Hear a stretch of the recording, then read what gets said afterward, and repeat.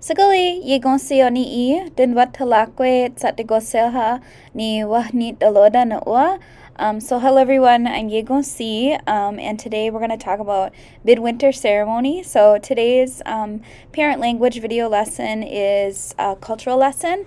I'm going to talk about each day of Midwinter Ceremony, what happens on each day, and some important words that are a part of each day. I also have two other videos that are included in the parent video playlist that have more of a deeper cultural explanation for Midwinter. Those two videos are done by Sunny Hill and Bob Brown. They're really good, and those are two other supplemental videos to this one. So I wanted to kind of focus this one on the ceremony and what happens at that time. So let's get started.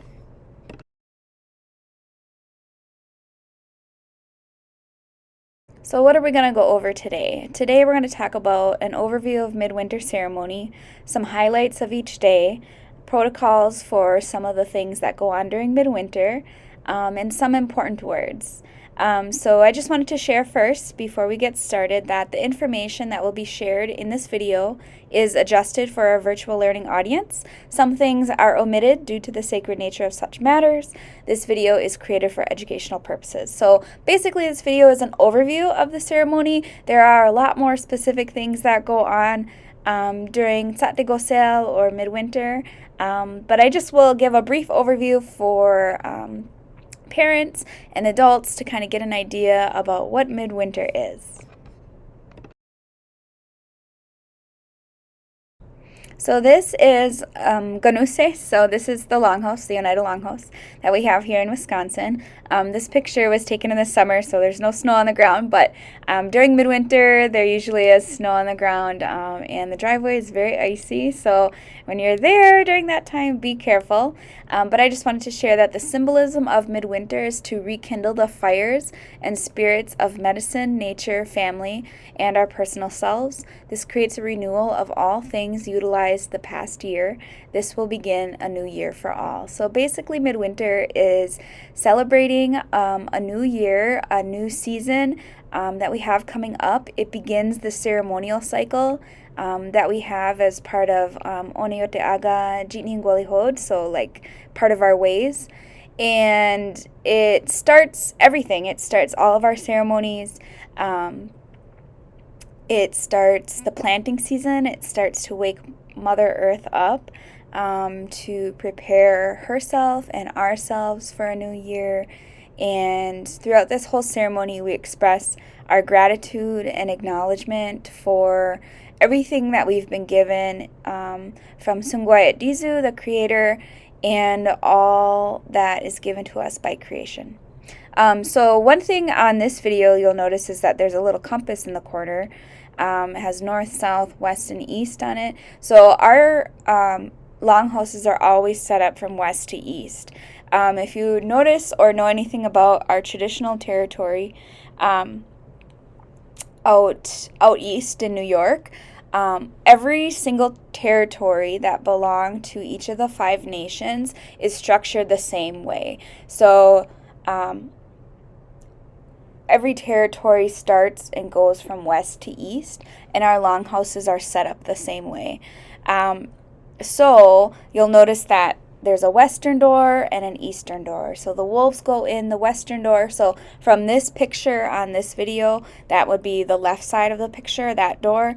And then the bears and the turtles go in through the eastern door. So that is, in this picture, the right side. So sometimes that's different when we have visitors and depending on the ceremony, but generally for some of our gatherings, our ceremonial gatherings, that's generally the structure. So there also is, we usually sit in clans in the Longhouse too. So that door that the turtles and the bears go in, they're sitting near that side.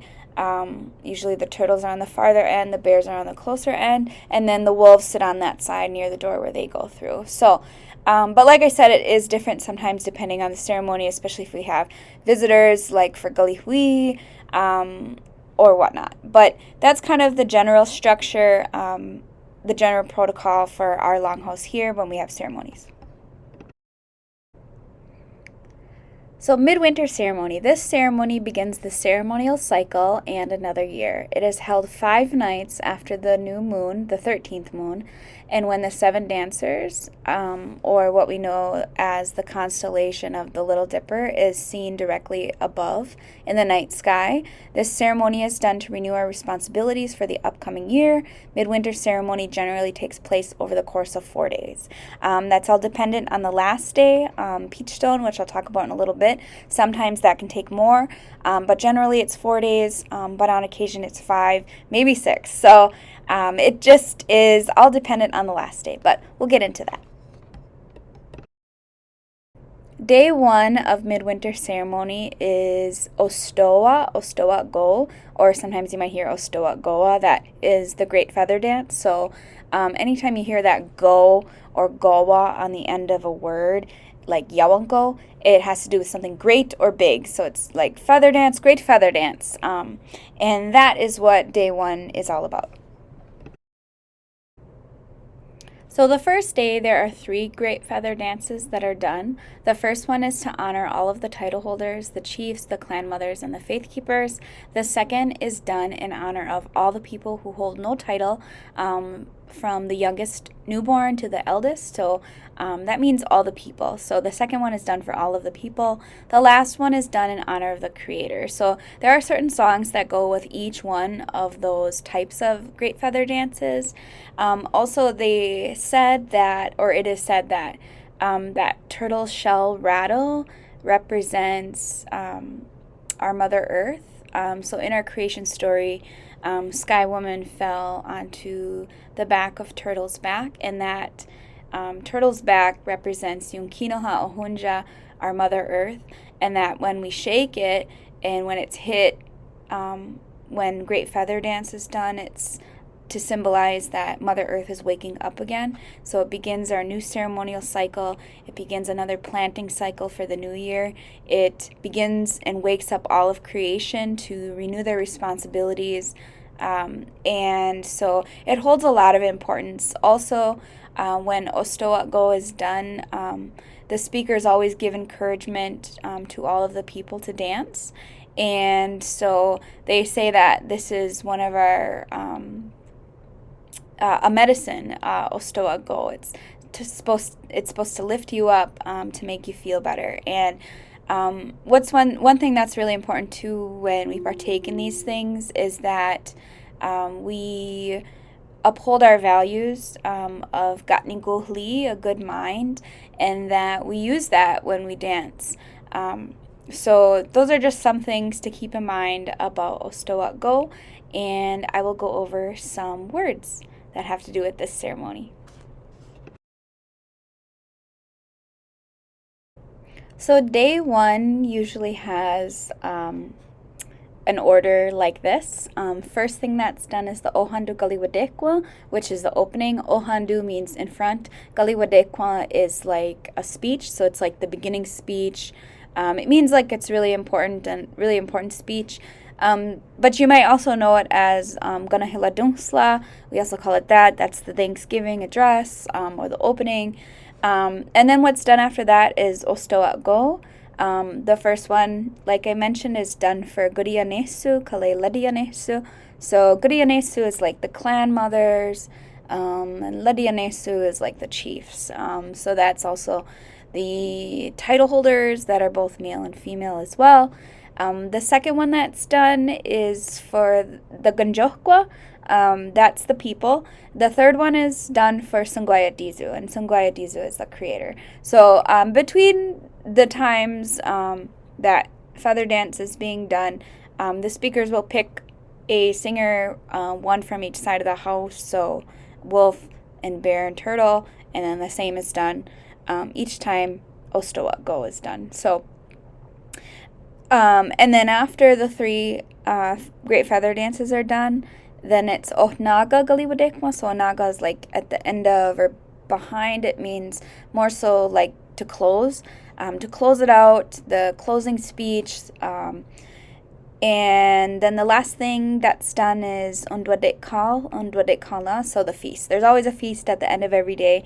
But two main things also is that there's always an opening and there's always a closing at the start and end of each ceremony. So that's one thing we do here at the Language Nest. It's really important because the opening and the closing has all of these things that we give thanks to every single day. So it's supposed to serve as a reminder to us to give thanks and acknowledge all of creation. And so just like how the opening and the closing is done at the beginning and end of midwinter or any ceremony, we do the same here with our school day. We do it at the beginning and the end of our school day.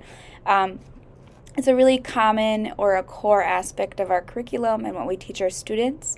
The other thing that you'll see on this video is that turtle rattle. So that's the turtle rattle I mentioned, and it also has this arrow around it, which is counterclockwise. So when we do Ostowa or dance Ostowa, we always do it in a counterclockwise fashion. They say that that is the way that life moves. And we do Ostowa, we do midwinter, we use the turtle rattle to wake up Mother Earth. And that is the way that life flows, that counterclockwise direction. So it's all connected. We're waking the earth up, we're waking everything in creation up, and so we dance in that counterclockwise direction. So generally when Ostowa is done, there's two lines. There's a line for the males and then a line for the females. And then there's always a head dancer and then usually a title holder at the beginning of the line for the females. So that is kind of a synopsis of what Ostowa is.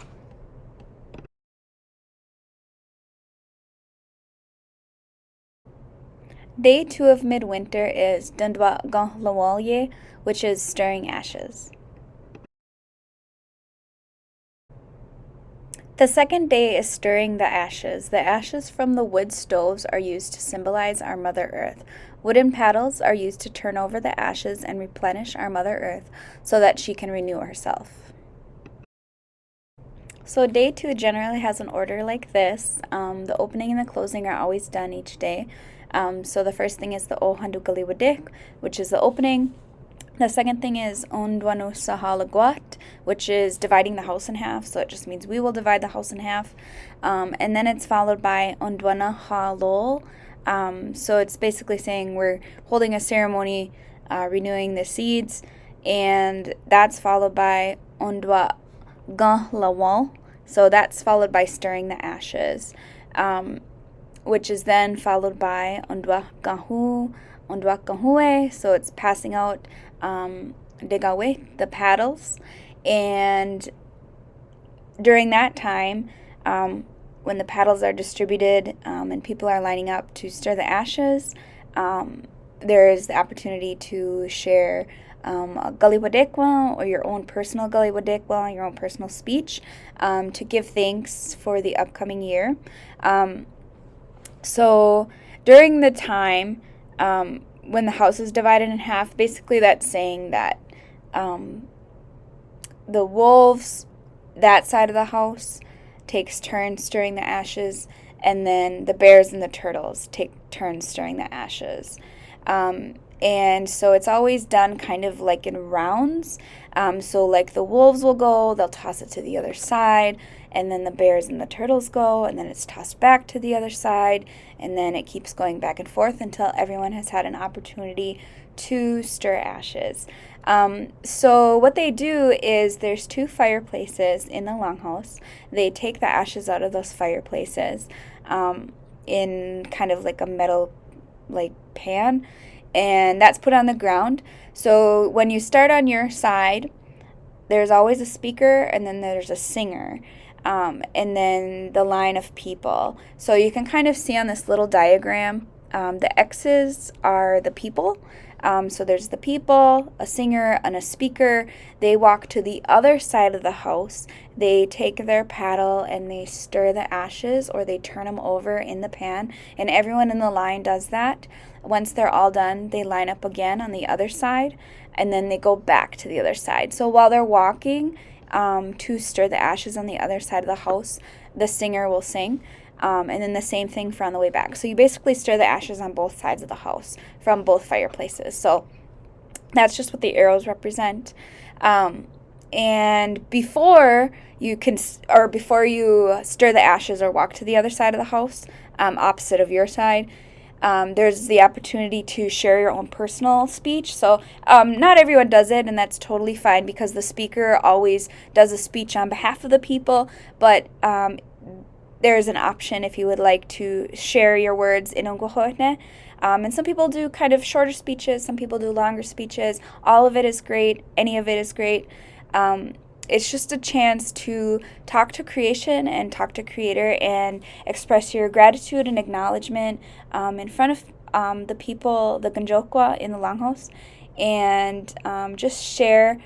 Usually the speeches have to do with acknowledging and also being grateful and thankful for another year, and then asking again to be here in another year. So that's kind of what stirring ashes is. Again, at the end, it's followed by Ohnaga Galiwadekwa, and then the feast. So that's kind of day 2 in a nutshell. Day 3 is Onwasana Galadat, or Onwasana Galadade. That means we will lift up or raise up the names. So day 3 has to do with naming.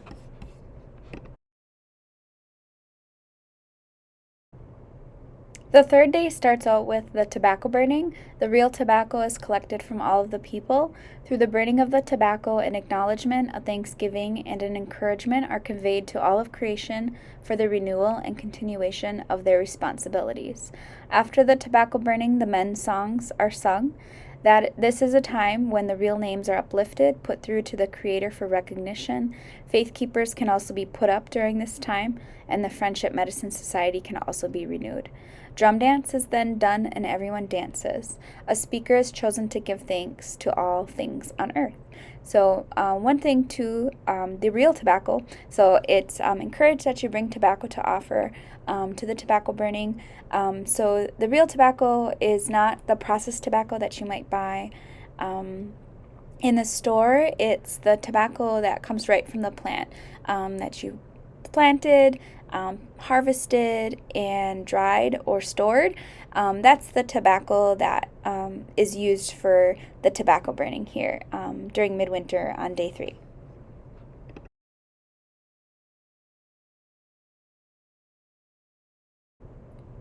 So day 3 begins with the Ohandu Galiwadekwa, followed by the Gayungwant, the tobacco burning, and that's followed by the Adua or Hadua, which is the men's chant. And then after that, it's Onwasana Galadat. We'll raise up the names or putting the names through. After the names are put through, it's Oneholu, the drum dance. And then after that, or during that, I should say, we pass out or drink Degana Jage Zayes. We drink the Zayes, the blackberry, Nigononkwat Sloda, the blackberry medicine. And then after that's done, it's Ohnaga Galiwadekwa, the closing. And then lastly, it's the feast, Ondwadekwal, Ondwadekwala. So just to back up, number 4, when we raise up the names. So just like how we did stirring ashes, the house goes back and forth, putting names through on each side. So babies all the way up into elders. They all get names. You can get a name at any age. So I'll just say a little bit about the naming briefly here. So whatever clan you belong to, the faith keepers of that clan will give out the names. Or you can meet with them to request a name. When you meet with them, they'll ask you some questions, maybe about the time you were born, some of your interests, your qualities, your personality, your characteristics, and they'll find a name that fits you. So one thing that's really unique about Oneida names is that everyone has their own name. It's unique to only them. We don't have duplicates of names like you might hear in English. Every single person with an Ungwahue name, that's their own unique name. And they're always reflective of who you are as an individual, your spirit, your fire. So it's such a really cool aspect, I think, about our culture is names and naming.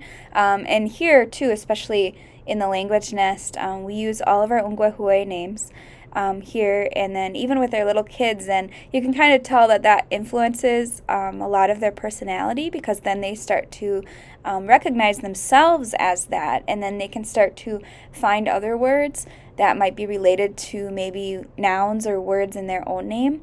So that's really cool and super unique.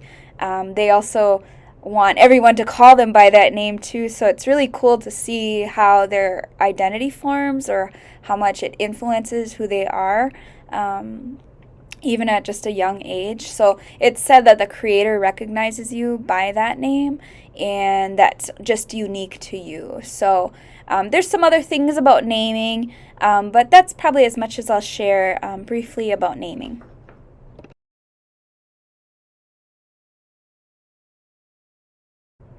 So day 4 is Ganyak Dawan, Ganyak Dawana. So that's the peach stone game. Ganyak Dawan actually references like a big wood, and that's in reference to the big bowl, a big wooden bowl that's used during peach stone game. The 4th day is the peach stone game. The bear clan and the turtle clan play against the wolf clan. So when peach stone game is played, each side puts up things to bet, and they're paired with one another, and whichever side wins peach stone game gets whatever they put up or bet, and then whatever is paired with their bet, they get that as well. So things that are highly looked upon to bet are wampum, traditional clothing, lacrosse sticks, or turtle rattles. Things that are not to bet are anything that is solid red in color, which we understand to represent anger, anything black, which represents death, or anything that is shiny, which represents greed. So after the peach stone game is done, or whoever wins, the Great Feather Dance, Ostowa Go, is done as a thanksgiving, as an acknowledgement. Following this dance, the Old Women's Dance, and then the Bean Dance is done.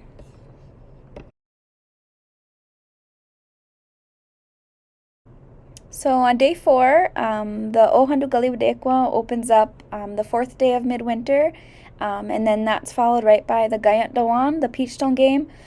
So usually before the peach stone game starts, roles are selected for the peach stone game.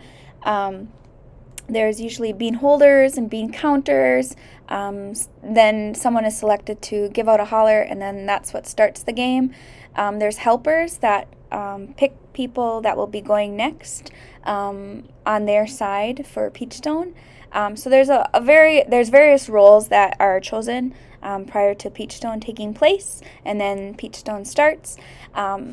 It can be quite long sometimes. Sometimes it takes all day. Sometimes it takes more than one day.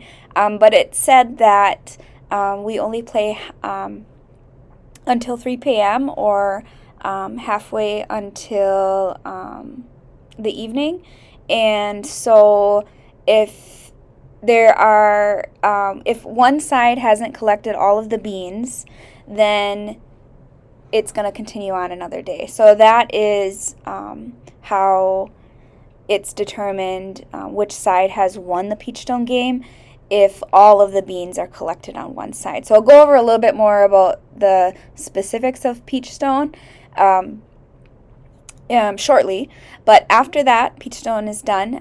Then Ostowa Go is done by all the people to give thanks, to express gratitude. And then the story of Handsome Lake, Skaniatali, Nigagaloda, is shared. And then the story of the three sisters, Asa, Nadegunda Nondele, Nigagaloda, is also shared. After that, it's Gunungwe Huehneha, Ola Nagayos, so that's old women's songs or women's dance. And then after that, it's Ozaheda Aldilan, so that's the bean dance. And then after that, the medicine societies will open up. There's a feast before that, medicine societies, and then at that time, later, the medicine societies will close, so they will do the closing during that time. So that is essentially the last day of midwinter. So as I mentioned, Peachstone game is called Gayant Dawan, so it means the big wood. So you can see there's a big wooden bowl here, Peachstone. So there are 6 peach pits that are used during Gayant Dawan or the Peachstone game. They're all black and white, so one side is all black, and then the other half of the peach pit is all white. So to win, or collect beans for your side of the house, you have to get either all white, all 6 to be white, all 6 to be black.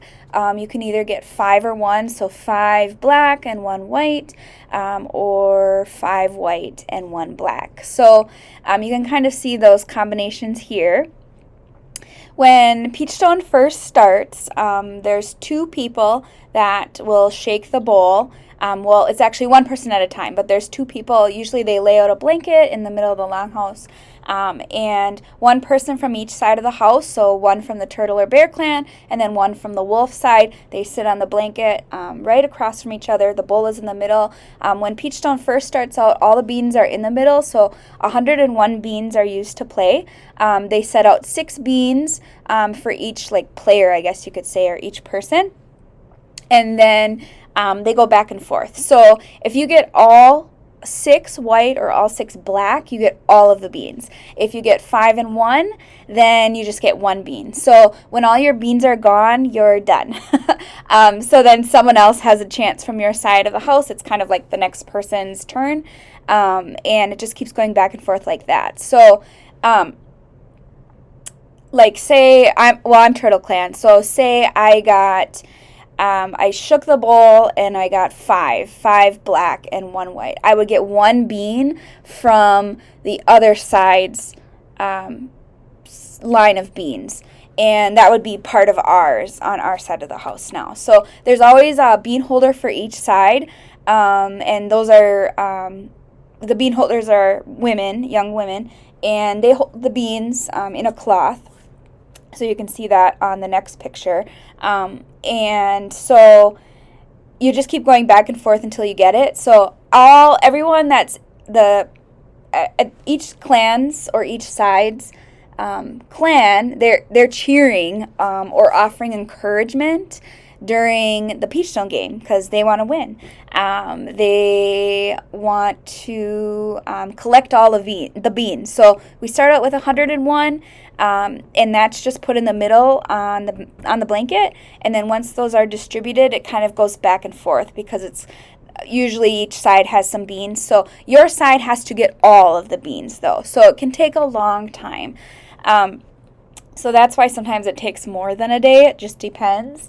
The other thing too is that it said that we play Peachstone to entertain the creator. And so this is a good medicine. It brings good luck. It is a big part of our midwinter, just in acknowledging and renewing our responsibilities, waking up creation for another ceremonial cycle.